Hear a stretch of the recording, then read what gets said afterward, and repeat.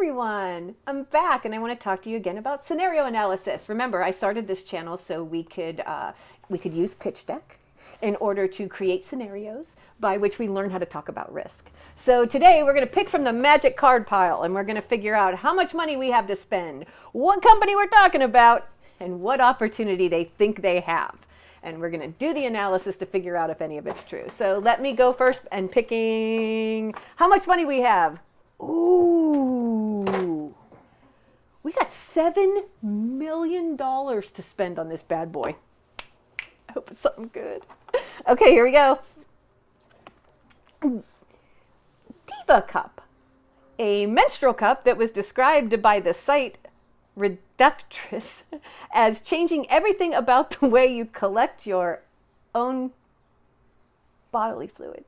Yay! And they want to get in the business of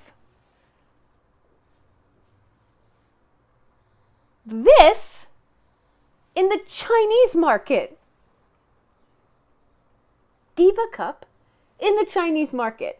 So if Diva Cup really wanted to get into that market, there's a lot to figure out there. Do they already manufacture there? Because if they already manufactured there, then they might have a leg up on that market. Although they would have to have turned over their intellectual property rights in order to do that, which means China would pretty much be undercutting them and then coming to the US market through the export markets with a cheaper solution to this particular product.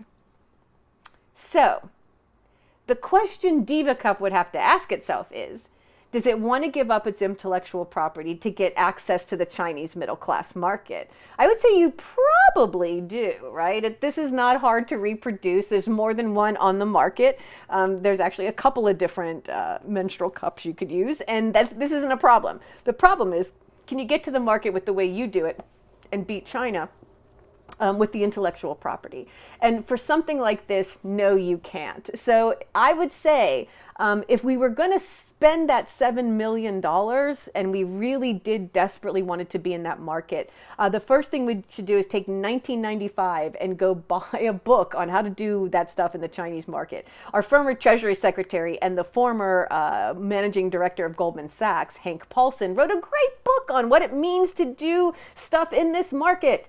It is very difficult. It is fraught with a lot of cultural things. And the $7 million that we have, we're going to spend it all on them not knocking us out of their market by investing in science and technology in their own company so that they won't take our intellectual property and do anything with it. Do you ever wonder why you don't see things coming out of China that looks an awful lot like Apple? Because Apple spends this money the right way.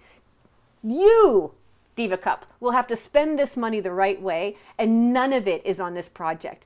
All of it is going to be convincing the government in China not to let someone steal this out from under you in a province and take you to court. That's how it happens. Almost once a quarter it happens to Apple, but it never sticks because they know how to do business in the Chinese market. So your $7 million you had for advertising and marketing and all that, nope, we're going to drop it all into regulatory compliance and goodwill in the Chinese market because it's what we're going to have to do to survive that. If we don't have the wherewithal, the lobbying effort, if we can't register as a foreign lobbyer in China, we shouldn't get into that business. That's why that market is open to big global players. It's a big global play. So, Diva Cup. I don't know.